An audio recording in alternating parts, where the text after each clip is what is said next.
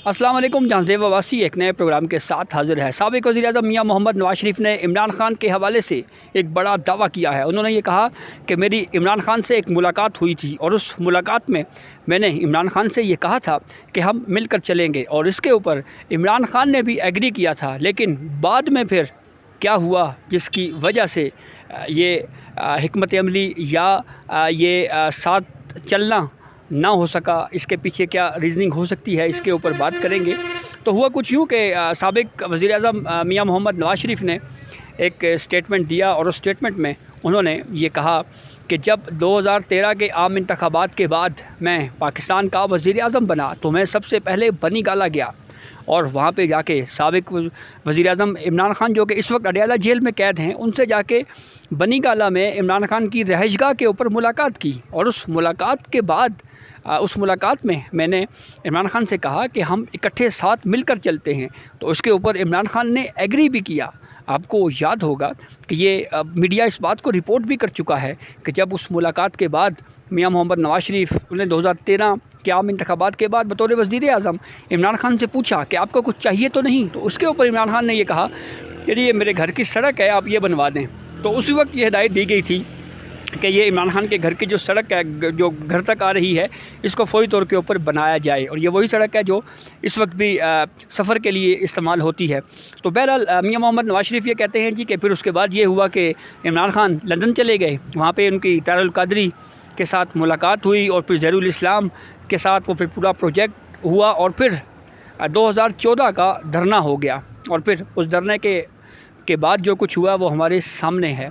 और उस धरने के ऊपर फिर बहुत कुछ लिखा गया। ये कहा गया कि ये धरना स्पॉन्सर्ड था। इस धरने का मकसद एक पॉलिटिकल हुकूमत को वीक करना था। उस धरने का असल मकसद ही यही था कि एक सियासी हुकूमत को कमज़ोर किया जाए, पार्लियामेंट को कमज़ोर किया जाए। और फिर यही हुआ, डी चौक में धरना दिया गया और फिर उस धरने में पार्लियामेंट के ऊपर अटैक हुआ, पीटीवी के ऊपर अटैक हुआ। वो सारी जो हिस्ट्री है वो हमारे सामने है। तो फिर उसके बाद एक दावा मियां मोहम्मद नवाज़ शरीफ ने यह भी किया है कि मेरे पास एक ऑडियो भी मौजूद है और उस ऑडियो में साबिक़ चीफ जस्टिस मियां साकिब निसार ये कह रहे हैं कि हमने मियां मोहम्मद नवाज़ शरीफ को हटाना है और इमरान खान को लाना है।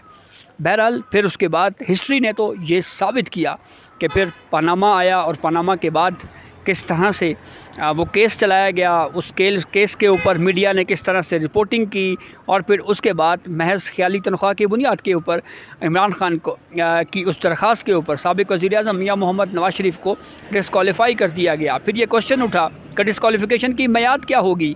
तो सुप्रीम कोर्ट के फिर बेंच ने तय किया कि नाअहली की मियाद ताहयात होगी। यूँ फिर ना सिर्फ मियां मोहम्मद नवाज़ शरीफ नाअहल हुए, ताहयात नाअहली हुई, बल्कि उसके बाद उनको एक केस में पार्टी सदारत से भी हटा दिया गया।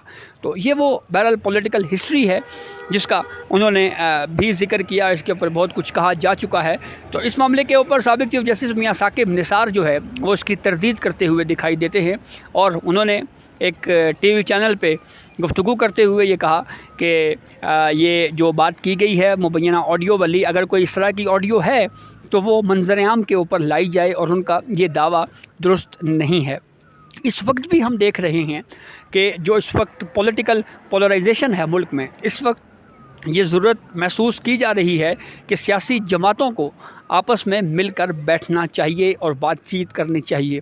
इमरान खान जो कि इस वक्त अडयाला जेल में कैद हैं, काफ़ी केसेस का उनको सामना है, वो केसेस दुरुस्त हैं या गलत हैं ये अल्टीमेटली बहरहाल अदलिया ने ही डिसाइड करना है।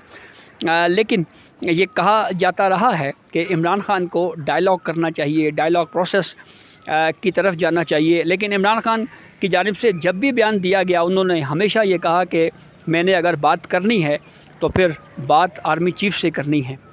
जबकि DG ISPR ये एक प्रेस कॉन्फ्रेंस में ये बात कर चुके हैं कि इमरान खान को अगर बात करनी है तो उनको पॉलिटिकल स्टेक होल्डर्स के साथ बात करनी चाहिए।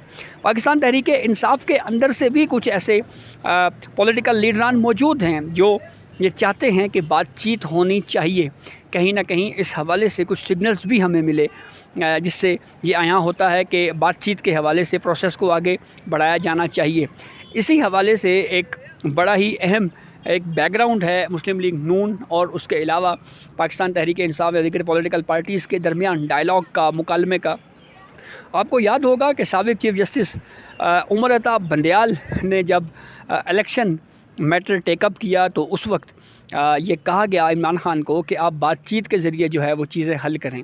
तो कहा यह जाता है कि तमाम मराहिल हल हो चुके थे, हर चीज़ तय हो चुकी थी, मुज़ाकरात तकरीबन कामयाब हो चुके थे। ये अलग बात कि उस अदालती हुक्मनामे के ऊपर बहुत ज़्यादा तनकीद हुई, वो जो सालिसी करने की कोशिश जुडिशरी की जानिब से की गई उसके ऊपर ये क्रिटिसिज्म होता रहा है कि अदलिया का ये काम नहीं है।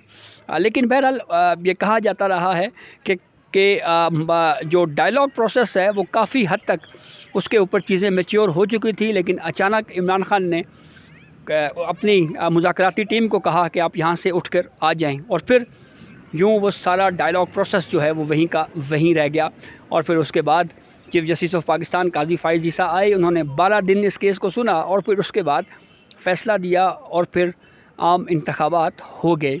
तो ये इस मुल्क की जुडिशल हिस्ट्री बहरहाल मौजूद है। यहाँ पे पॉलिटिकल इंजीनियरिंग की जाती रही है। साकिब निसार साहब बेशक इस बात को ना माने, लेकिन जिस अंदाज़ में उस वक्त की सुप्रीम कोर्ट ने एक पॉलिटिकल पार्टी पाकिस्तान तहरीक इंसाफ को फ़ायदा पहुँचाने के लिए और पाकिस्तान तहरीक इंसाफ को बयानिया प्रोवाइड करने के लिए सुप्रीम कोर्ट का एक किरदार रहा है और इससे कोई इनकार नहीं कर सकता। उस तरह की उस पूरे टेन्योर में अगर हम देखें, उस पूरे दौर में, जुडिशरी के दौर में देखें, तो उस वक्त जिस तरह की ऑब्जर्वेशंस पनामा केस में दी जाती रहीं, अदालती फ़ैसलों में नॉवेल्स के हवाले दी जाते रहे, शेर व शायरी की जाती रही, कभी सिसिलियन माफिया कहा जाता रहा। तो ये वो पूरा बैकग्राउंड है जो इस बात को इस्टेब्लिश करता है कि उस वक्त कि जो अदलिया में बैठे हुए लोग थे, चाहे वो साबिक़ चीफ जस्टिस मियां साकिब निसार थे, आसिफ सईद खोसा थे, गुलजार अहमद थे, उन सब का माइंडसेट जो है वो एक सा ही लगता है। इसके ऊपर पाकिस्तान मुस्लिम लीग नून भी काफ़ी ज़्यादा आवाज़ उठा चुकी है।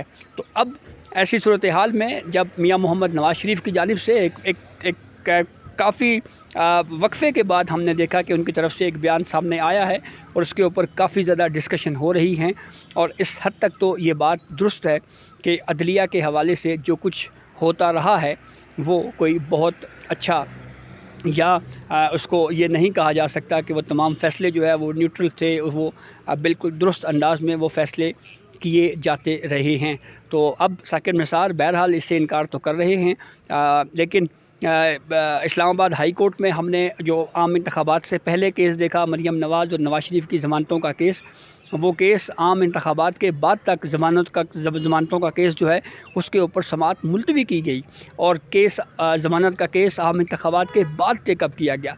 तो ये वो बुनियादी तौर के ऊपर कुछ कंट्रोवर्सीज़ हैं जिसके ऊपर पॉलिटिशियंस बार बार बात कर रहे हैं और अदलिया के इस किरदार के ऊपर जो है वो बहुत ज़्यादा बातें की जा रही हैं। दूसरी जानिब इमरान खान जो एक तरफ बहुत ज़्यादा क्रिटिसाइज़ करते रहे चीफ जस्टिस ऑफ पाकिस्तान काजी फ़ाइज़ ईसा को, लेकिन एक केस में, नैब तरमीम केस में, जब इमरान खान को वीडियो लिंक के ज़रिए सहूलत फ़राहम की गई तो अगले ही दिन उन्होंने बयान दे दिया और कहा कि चीफ जस्टिस ऑफ पाकिस्तान काजी फ़ाइज़ ईसा जो है वो बड़े दबंग आदमी हैं। तो ये एक यू टर्न उनका एक सामने आया है और ये कोई पहली मर्तबा नहीं हुआ।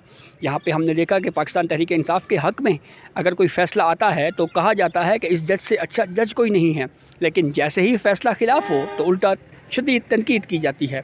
तो अब देखना ये है कि इस मामले के ऊपर कौन कौन से मज़ीद किरदार हैं माजी के जिन्होंने बेनकाब होना है। तो ये अब तक की अपडेट थी जिससे हमें आपको आगाह किया। बहुत शुक्रिया।